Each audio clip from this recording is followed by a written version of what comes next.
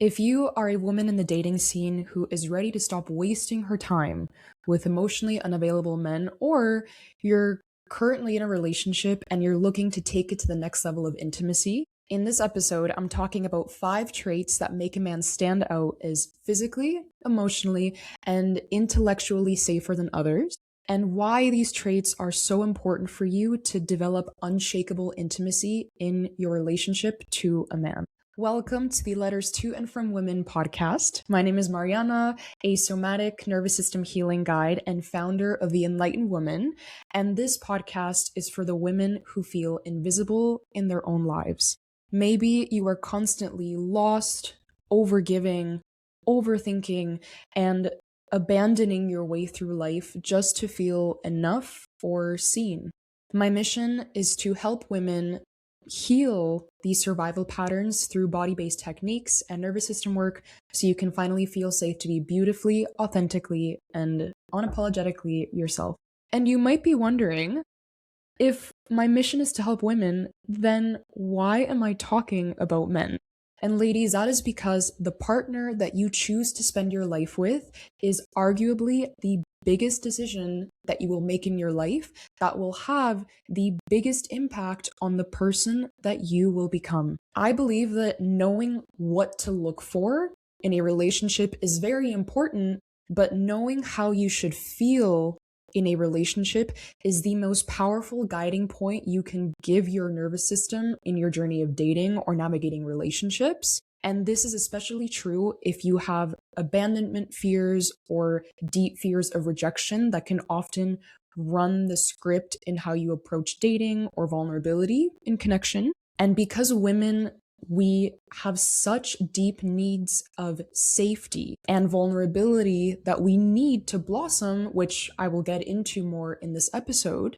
Learning what makes a man able to hold this sacred space for us is truly a body-based way of choosing the right partner or helping guide our partner into this change in our current relationships so that we can develop more intimacy in the container that we build with them. So in this episode, I'm going to be talking about how the male and female nervous systems complement each other, which you will hear me refer to as feminine and masculine energies, otherwise known as the yin and the yang. And by the way, before I go further, I know that this narrative of feminine and masculine energies is something that can often get a bad rep on social media or the space of personal growth because a lot of people think that it's sexist or binary. But when I refer to feminine or masculine energy, it does not mean that a self-identifying woman should only exhibit feminine energy to be woman enough, or the same goes for men and masculine energy. We are always in a dance between these two energies within us.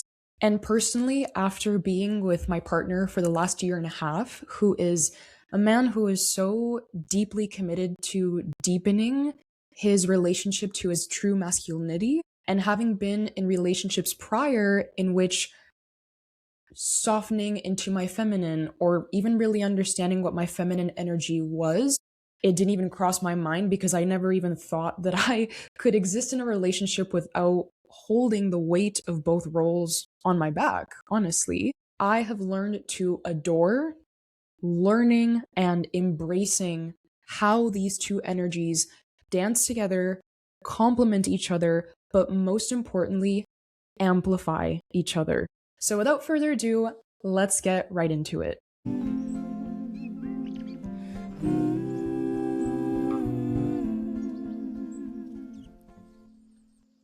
So the first trait of a safe man that I want to talk to you about is that a safe man doesn't try to fix you. He holds space for you to discover your own wisdom. So I want you to think about feminine energy like a ping pong ball. And masculine energy is either the ping pong machine or the little square case that we used to have in those handheld like ping pong maze games as children. I'll insert a picture here if you're watching on YouTube. So women, we are like a spark. Our energy is very rapidly changing.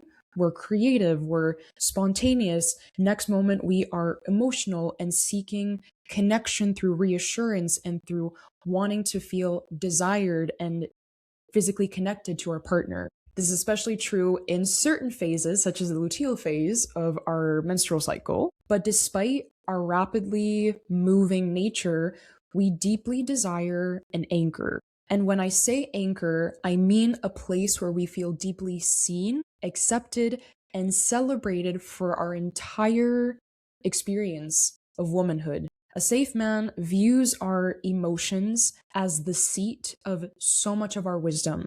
And instead of bringing you back down to earth with his logic or encouraging only logic, instead of doing that, he gives you the space to pull the answers to your challenges, to your questions out of your emotions. This can look like asking questions to better understand where you're coming from, what the seat of your worries or emotions are before he goes into giving his advice. It could also be asking if you just want to vent or be given an opinion first. And honestly, understanding that sometimes you might just need to vent because a lot of women, we are verbal processors, or encouraging you to make decisions from your place of intuition instead of defaulting to logic, even if that is what feels like the most right thing to do in his eyes or in the eyes of others. Because the truth is, not only is feminine wisdom very powerful, but also women don't always need logic. So much of our existence, and I really want you to hear me when I say this, so much of the female experience has been and continues to be about the world criticizing every aspect of who we are, what we should wear, how skinny we should be, how much makeup we should or shouldn't wear to be seen as desirable and acceptable and enough. So when we show up to a relationship with all the intricacy and complexity of who we are and what we experience in our inner world, a safe man becomes the one place in the world where we don't feel constantly criticized, where we don't feel like we have to question every emotion or doubt every feeling that we experience or feel bad for any insecurity that we feel within us. Because so often our intuition is seen as making decisions from a place of emotional volatility. We learn to override it, and a relationship can be a place where you can finally nurture it to make decisions from your authentic truth. And by the way, if you struggle to show up in vulnerability in your relationships, I actually made a previous podcast episode on why your survival patterns in youth have made being honest and vulnerable in relationships feel so dangerous to your body. So I'll link it in the show notes for you to check out after this episode if you so desire. All right, so following on from the theme of number 1, the second trait of a safe man is that a safe man knows the impact that his inner safety has on your nervous system. Now, I said at the beginning of this episode that women, we have a deep need to feel safe. And this is true that safety in our body is a precursor to everything else that happens in our relationship, from emotional vulnerability to physical vulnerability to growing into more authentically ourselves in a relationship. We have to feel like there is fertile soil, and that fertile soil is the inner regulation that a man has. And if you think about the disadvantage that most women probably have towards men in terms of strength, height, and in general, the ways that we've been socially brainwashed to see men as smarter, more logical, and more powerful than we are, it's very easy to shrink ourselves around a man, even if we've been in relationship with him for a long time. The story we've heard our whole lives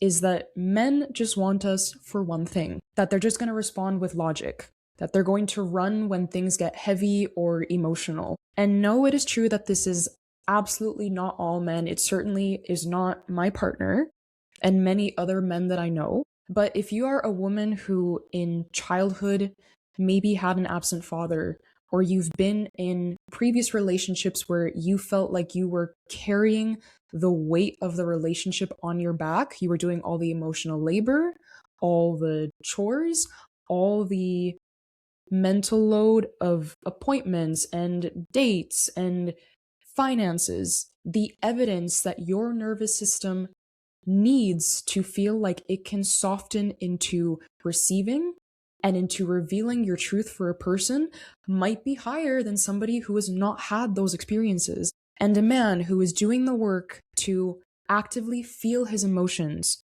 to express them, and to regulate them when he's triggered instead of defaulting to anger, aggression, or defensiveness, signals to us that he is a safe place for us to soften into our most raw and honest self with all our wounds. This can look like, for example, in heated conversations, having a man just pull you into a hug or hold your hand or even seat you on his lap to pause before continuing the conversation. It can be like reassuring you that he's not going anywhere, holding space for both of you to hear your reasoning and your hurt out individually before jumping to justifications or defensiveness. All of these moments of extra care and attention deeply help the female nervous system to co-regulate. And if you don't know what co-regulation means, it is a term that we use in the world of somatic psychology to describe how two people can help regulate or calm each other down, kind of sync their energies to be more aligned and eye to eye in a moment of tension, especially if one person is getting really heated. And by the way, these examples that I've offered is not to signal that the man in any way, shape, or form is now becoming the one who's carrying the weight of the conflict or holding the fort down in the face of conflict. It is simply an action that your partner can take because the female nervous system is a lot more prone to getting dysregulated very quickly, much faster than his, because of those fears of being unsafe against a man's power, strength, social standing, etc. And this container that we are held and seen for the entirety of our emotional experience is what helps us to communicate with the right emotional logic and reasoning instead of letting our fears be what runs the script of any conflict. I can tell you that in my previous relationship to the one that I'm in now, my partner would run and hide anytime things got emotionally difficult for him, whether he was really struggling with something personally or in his career. He would literally tell me, I'm going to be on Do Not Disturb for 2 days. I need to retreat into my cave and I will see you when I come back. And that might work for some people, but the version that I always got of him when he returned was the happy, healed version. The version that didn't really want to talk through problems to get other people's, i.e., my insight as his partner. He just wanted to talk about how he had improved based on what he felt was best for him. And by the way, everybody has the right to make the decisions that are best for them. However, if you are someone in relationship who is telling your partner that you're not going to leave them, that is an example of doing the total opposite. And personally, it made me feel like I was never safe to share my emotional experience at its worst, because in my head, I was like, if you don't feel comfortable with me seeing you at your lowest, what on earth would make me think that you want to see me at my lowest, or that you can even hold the space for me to be in that state? A man who encourages you to rise in your power, even if it stirs his personal insecurity, is a man who will help you build true confidence and momentum in your life. Because we do not talk enough about how, as women, we shrink ourselves around men because we think that our greatness might scare them off. But that is a conversation for another time. Now, before I go on to trait number 3, I just want to say one thing. These are traits in a man that may feel very foreign and probably boring the first time you experience them. And that is to no fault of your own, because as women, we are taught to settle in love. As I mentioned before, you might have been someone who previously carried the weight of an entire relationship on your back, playing both roles instead of the one that was your responsibility. Or you might have experienced what's called breadcrumbing in previous relationships, where your partner would show these grand gestures of affection instead of consistent efforts at intimacy and deepening your relationship. And in the moments when the grand gestures weren't being done, the weight and emotional labor fell on you. If this is true for you, and you are ready to rewire your nervous system to stop attracting emotionally unavailable men and stop abandoning your needs to feel loved, my calendar is now open for standalone sessions, exactly like how you would schedule with a therapist. These are 1-hour sessions that you can slot into your calendar whenever you're available to take them at your own pace. And they are body-based, trauma rewiring, limited belief shifting sessions focused on helping you feel safe in your authenticity instead of continuing to default into survival patterns of your past. I've already gotten a couple of inquiries from you on TikTok who've watched my videos on healing heartbreak, and reading your submissions has been nothing short of awe-evoking. So thank you for trusting me with your vulnerability. And if that is also you and you are ready to start building the love of your dreams, head to the description of this episode to submit an application and book your first free session. All right, back to our regularly scheduled programming. The third trait of a safe man is that a safe man knows the difference between masculinity and abuse of power. And this is a tough discernment for some, including women, because the fact of the matter is that there are not a lot of male role models out in the world who are leading relationships in a way that is meant to be a safe container for women, in a way that is meant to uplift and encourage women to rise into their power. And so when we don't have role models, we always default to what is normal versus what is unfamiliar. If masculinity is meant to be the container, the voice of stability, the voice of care and encouragement through seeing someone, through being the anchor for the feminine, complex, and oppressed experience, the shadow of that is stifling a woman's greatness, is being scared off by it, is letting a man's perhaps avoidant reaction to our emotions because they have never been encouraged to express their own. The shadow of that is letting that avoidance or that fear dictate how they respond rather than how they heal those personal fears. A man who is safe in his masculinity lets himself crumble in front of you because he knows that it helps you feel safe to do the same. Johan Erb, who is one of my favorite creators on Instagram, who is an intimacy coach along with his partner Rachel, he made this beautiful post the other day, and the first slide in the carousel said that the risk of vulnerability is not rejection, it's actually more intimacy.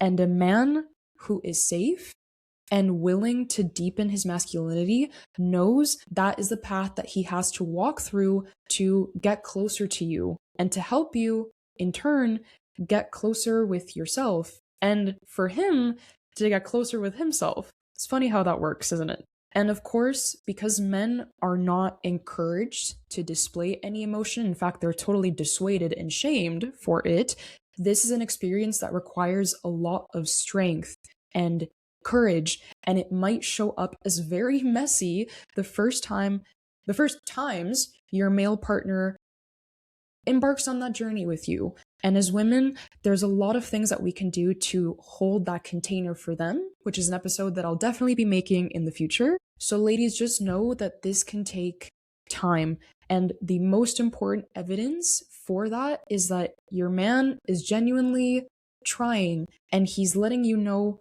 how he's trying. He's letting you know when it's hard for him, but he's showing up anyways, rather than avoiding it or defaulting to defensiveness or saying that he's just not emotional. I encourage you to just see the little boy in him who probably did not feel like he could be heard for his emotions and witness the magic that seeing through to that little version of him can create in your relationship. Now, on to trait number 4. A safe man knows how to separate your fears from his ego using emotional discernment.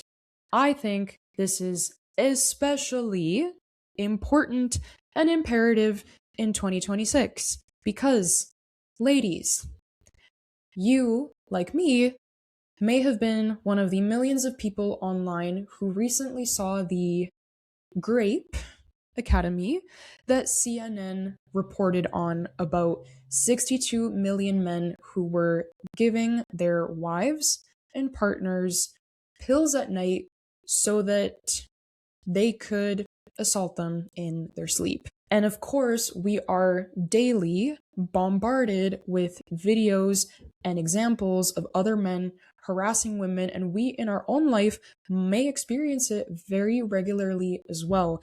And I think if you are with a man, it's very easy, and I'm also speaking for myself here, it's very easy to carry that generalization into your relationship and for those fears of your partner being one of those men to show up in your relationship. When the news of the Grape Academy came out, I was so deeply distressed about the news and about the thought that so many women who were harmed by their partners were women who were probably given many pieces of evidence from their partner to make them think that their partner would never do something like that.